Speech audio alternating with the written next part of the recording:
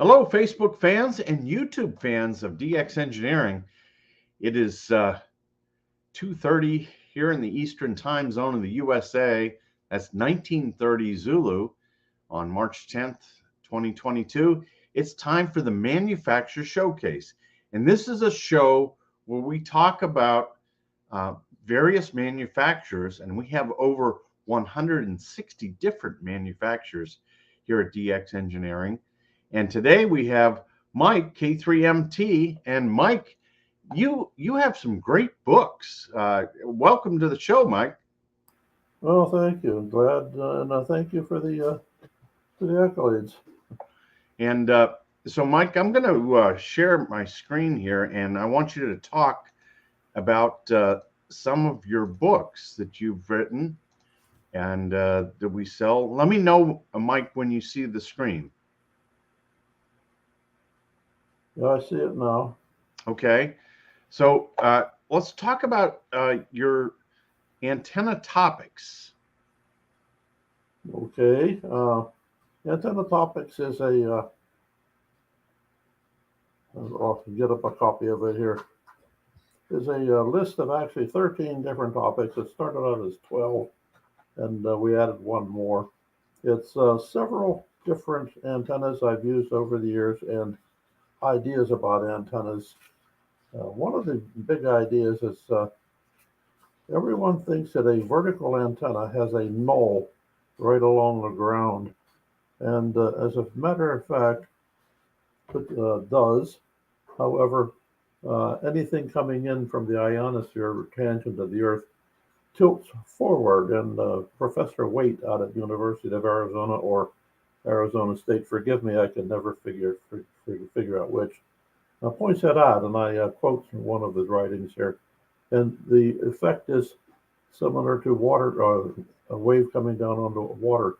It moves slower in the water than in the air, so consequently, there's a thing called wave tilt, and that's discussed in the book.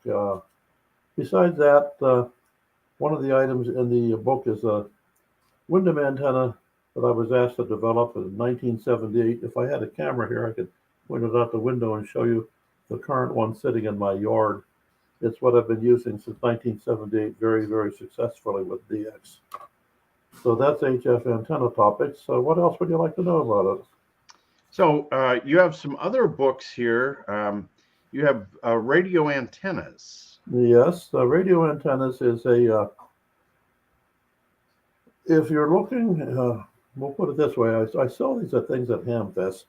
A chap came by, picked it up, looked at it, opened it up, threw it down disgustedly, said there's no equations. Right. Maxwell's equations you will not find in radio antennas. It's written for a technician. The equations are there, but they're all done in graphic form. Everything is technically correct, and it shows you how antennas work using what if you're familiar with the method of moments theory. Method of moments says that an antenna is made up of a whole bunch of little short pieces of wire, just a very, very short piece of wire carrying an oscillating current. Each one radiates a radio field. And what the antenna does overall is the sum of all these radio fields. So this book looks at what happens with a single moment or a pair of moments, and then gives you some particular antennas and how they work and the theory behind it, all in graphic form. So you learn a lot without having to crack a lot of equations. If you don't know differential calculus, this book is for you.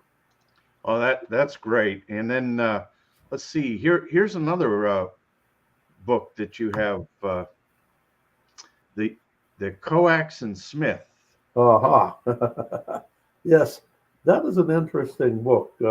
Let me point out that professionally, I was at the FCC years ago, where for 5 years I taught 10 semesters of course, in-house graduate course that was required. I was the provost, teacher, etc. It was called Engineering for Non-Engineers. It was for non-technicians, for business majors, lawyers, etc.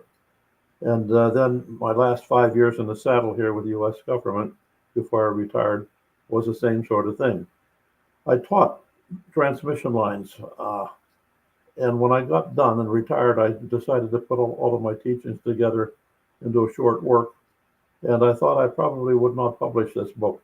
But it turns out when I got through it, it's the simplest approach to Smith chart uh, I believe in the world. And if you find a simpler one, I challenge you.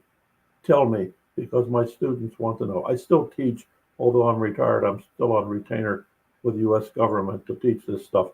You will learn a lot about the Smith chart, all the way from how to draw, starting with just a plain piece of paper and a pencil, all the way up to how to use it and things like, I don't know if you heard of the sixth wave balun? Two pieces. No. The sixth wave balun is a good example is you have a 70 ohm load, you want to go to 50 ohm coax. So from the 70 ohm load, you take a piece of 50 ohm coax, 1/12 of a wavelength long, and then to the other end of that, you attach a piece of 70 ohm coax, 1/12 of a wavelength long. Overall is 1/6 of a wavelength, and you will come out at 50 ohms. It's also the thing that's called the Bramford balun. He worked for CERN and developed this sort of balun.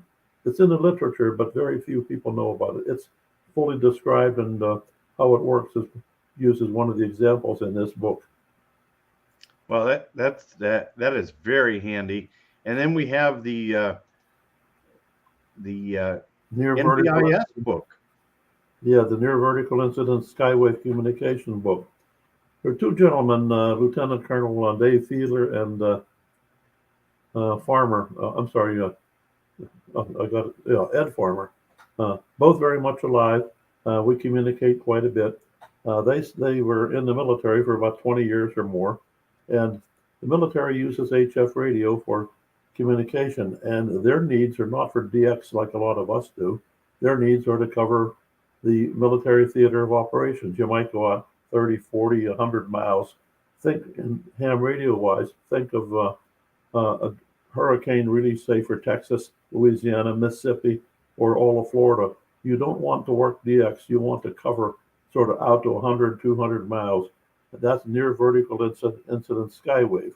Now, what Fiedler and Farmer did is they took about 20 or so years of military experience on developing this stuff, seeing what works, what doesn't, put together a whole bunch of papers that they put together on it, and compiled it in this book.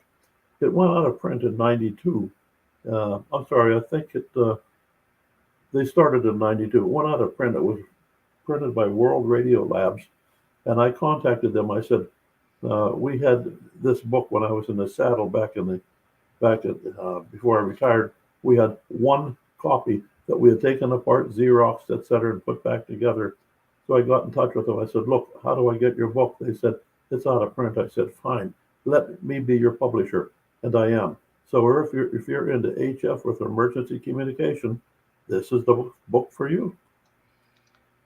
Well, that's great, Mike, and thanks so much for bringing that back.